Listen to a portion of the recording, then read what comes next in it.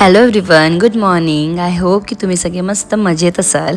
चला, तर सकाळची खूप छान आज सुरुवात झाली आहे. माझी आज सकाळी सकाळीच आंघोळ झाली आहे, कारण ना नागपूरला एवढी गरमी आहे. इथलं वेदर खूप छान असते, पण एवढी गरमी होते ना त्या वेदरमध्ये सुद्धा की मी योगा करताना, एक्सरसाइज करताना पूर्ण मला घाम येऊन जातो, केसांमध्ये घाम साठतो आणि माझे केस खूप इचिंग करतात. म्हणजे जसं मला पुण्याला व्हायचं ना, जेव्हा उन्हाळा होता 2 दिवसाच्या आड, म्हणजे 2 दिवस झाले की नाही झाले मला लगेच हेअर वॉश करावं लागायचं. तसं मला इथे करावं लागत आहे. एवढं मला इचिंग होत आहे. म्हणून म्हटलं की छान योगा झाला होता, म्हटलं लगेच आंघोळ करून टाकली. म्हटलं ठीक आहे, थोडा अर्धा तास उशीर होईल, पण आपण आंघोळच करून खाली जाऊया. तुम्ही इथे खाली आली होती आणि सखीची इथे ऑलरेडी रेडी झाली होती. ती तिचं स्कूलमध्ये जाण्यासाठी. तिच्यासाठी आज डब्यामध्ये मी पराठा बनवून दिला होता, कारण सँडविच वगैरे मुलांना एवढं खायला बरोबर नसतं आणि तिला खाल्ल्याही जात नाही. आणि आजकाल मेयोनीजचे ना असे 10-10चे सॅशेस पण आले. हे मी पहिल्यांदाच इथे बघितलं, कारण घरी मेयोनीज नव्हतं, तर आई घेऊन आलेली. तिला मी सांगितलं होतं 40 वाला आण, तर ती मेयोनीज 3 घेऊन आली होती 10-10 वाली, कारण त्यांच्याकडे तेवढेच अवेलेबल होते. आणि ते आता हे 10-10 वाले होते, तर मला तशी जास्ती खुशी झाली, कारण जेव्हा आपण 40 रुपयेवाला डबा किंवा हे आणतो तेवढं ते वापरल्या जात नाही आणि ते एक्सपायर पण होऊन जातं बऱ्याच वेळा. हे जे छोटे छोटे सॅशेस आजकाल मिळतात ना, ते खूप म्हणजे बरं पडतं आपल्याला. वापरायचं संपलं जिथच्या तिथे, तर ते खूप बरं पडतं असं मला म्हणायचं आहे.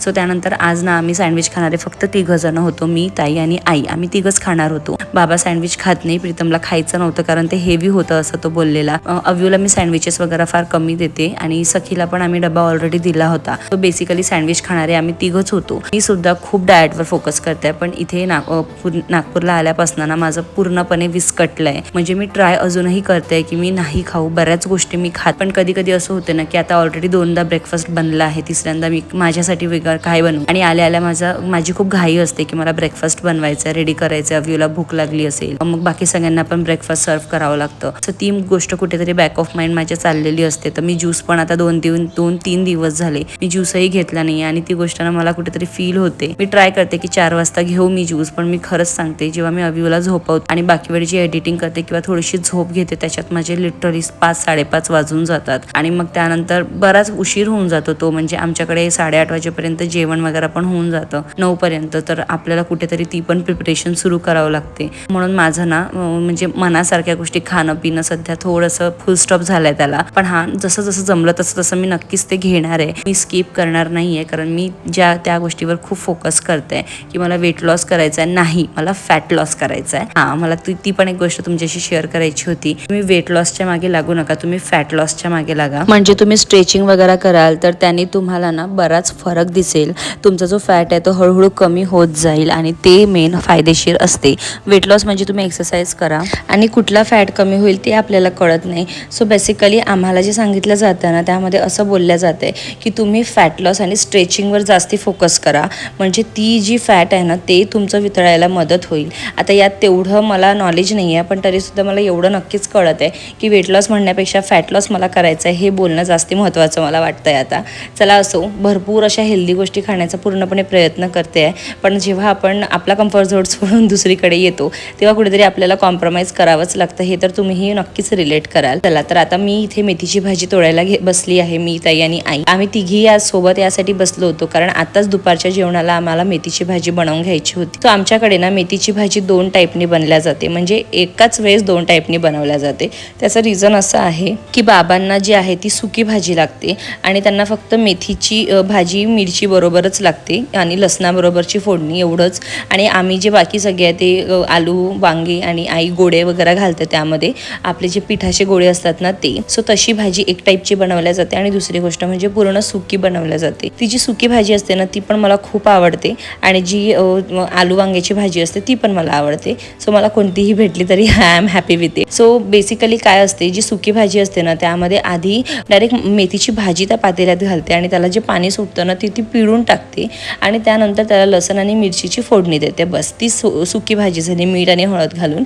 आणि जी आपली दुसरी भाजी आहे ना त्यामध्ये लसणाची फोडणी दिल्यानंतर आलू वांगे टाकते आणि त्यानंतर बाकीची मेथीची भाजी आहे त्याला धुवून वगैरे टाकून घेते आणि त्यानंतर त्याला जेव्हा पाणी सुटायला सुरू होते ना तेव्हा त्यामध्ये पिठाचे गोळे घातल्या जाते. तेही खूप छान वाटतात. तुम्ही नक्की एकदा ट्राय करा. मी कधीतरी नक्की नक्कीच तुमच्याशी शेअर करेल. आणि आज ना मेथीची भाजी तळताना 2 गोष्टी लक्षात आल्या. पहिली गोष्ट म्हणजे आमच्याकडे म्हणजे स्पेशली सासरी पावसाळ्यात ना मेथीची भाजी आणत नाही, पण आम्ही इथे येऊन 3-4 दिवस झाले पण एकही दिवस पाऊस नाही आला, म्हणून आईने आज भाजी घेतली होती. आणि दुसरी गोष्ट म्हणजे बघा पाऊस इथे येत नाही आहे, गरमी खूप होत आहे आणि म्हणून मेथीच्या भाजीमध्ये सुद्धा बारीक बारीक अळ्या आम्हाला 1-2 दिसल्या होत्या. त्यामुळे आम्हाला पूर्ण पानं ना व्यवस्थित असं चेक करून घ्यावं लागलं होतं. सो असं काहीसं असते, म्हणजे पावसाळ्याच्या पुढे मागे ना अशा भाज्यामध्ये वगैरे अळ्या असतात. सो ते थोडंसं बघून वापरा तुम्ही पण. आणि अव्यूचं इथे खेळणं सुरू होतं माझ्याबरोबर, माझ्या पुढे मागे वगैरे. आणि त्यानंतर तो बाहेरच्या ठिकाणी गेला म्हणजे कंपाऊंडमध्ये. तर आई पण मध्ये बसली की मी त्याच्याकडे लक्ष देते आणि इथे बसल्या बसल्या थोडीशी भाजी पण निवडते.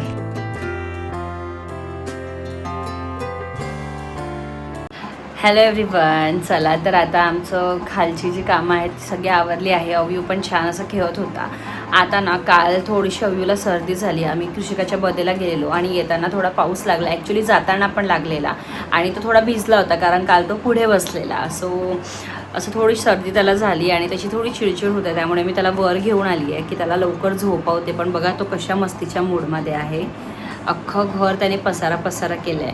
आणि मी थोडेफार चेंजेस केले आहे रूममध्ये, कारण बॅग्स वगैरे यावेळेस आमचे थोडं सामान जास्ती आहे.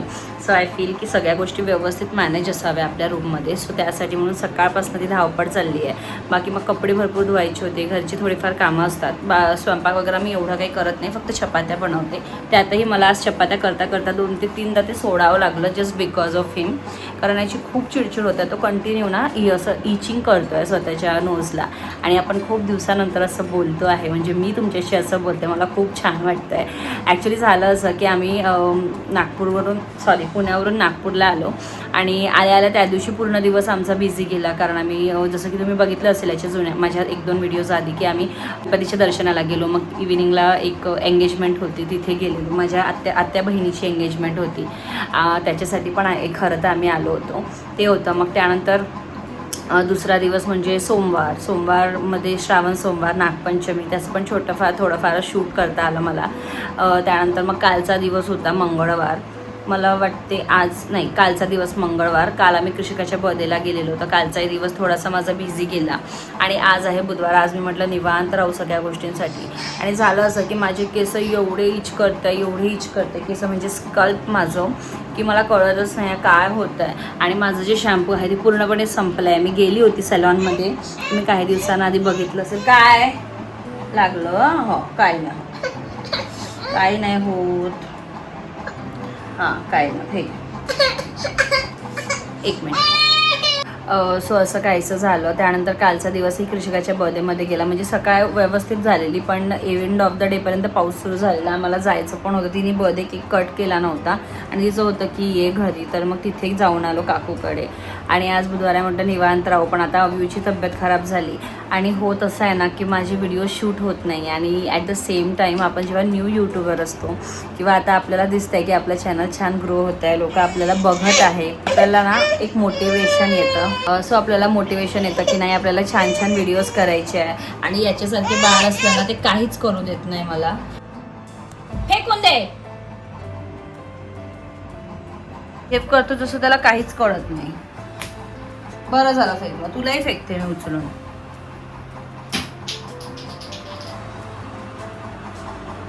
इथे येऊन जास्ती बदमाश झालाय, जास्ती लाडा पुरवल्या जाते याचे, म्हणून असा नखरे करतोय.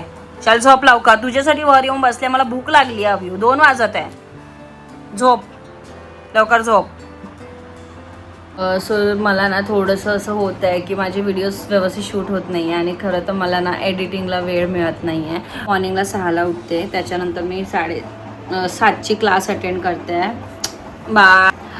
त्यानंतर मी 7ची क्लास अटेंड करते, माझी योगा क्लास. ते 7 ते 8 असते. तसं मी 6ची पण करू शकते, पण 6 वाजता जे कोणी असतं ना, म्हणजे एक मॅम आहे ती जे शिकवतं ते मला कम्फर्टेबल वाटत नाही. आणि जी 7 वाजताची मॅम आहे ती मला खूप आवडते, म्हणजे तिचं प्रॉपर मला जमतं. आणि आय फील की तिच्या आणि मला थोडंसं छान पण वाटतं.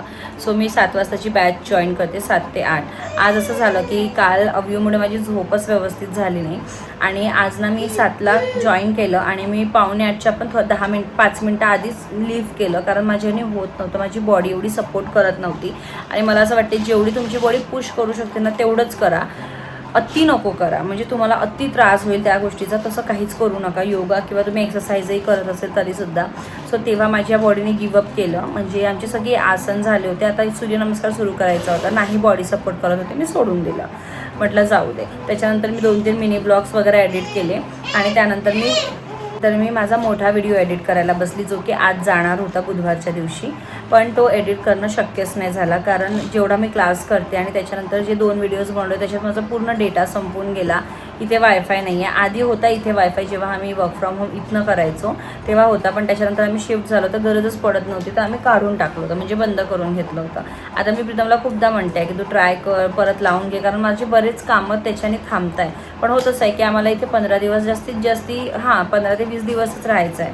सो त्यासाठी वायफाय लावणं पण म्हणजे मिनिंगलेस आहे आणि त्यात खर्च पण भरपूर लागत होता आता. सो तसं झालं. आणि असं होतं आहे माझं की माझं काम ऑन टाईम होत नाही आहे, एडिटिंग ऑन टाईम होत नाही आहे. कुठे ना कुठे आपल्याला एक म्हणजे कोणी बोलत नाही मला इथे, पण एक बॅक ऑफ माइंड प्रेशर असते की यार आपण 8 वाजता खाली चाललो आहे, नाही आपण 7ला गेलो पाहिजे, आपण 7:30ला गेलो पाहिजे, आणि तो प्रेशर असते. मग माझी घाम इतका येतो ना मला, त्याच्यानंतर योगा वगैरे स्ट्रेचिंग झाल्यानंतर थोडं बॉडी पेन पण होतं, त्यासाठी आधी आंघोळ करावं, थोडं शेक घ्यावं.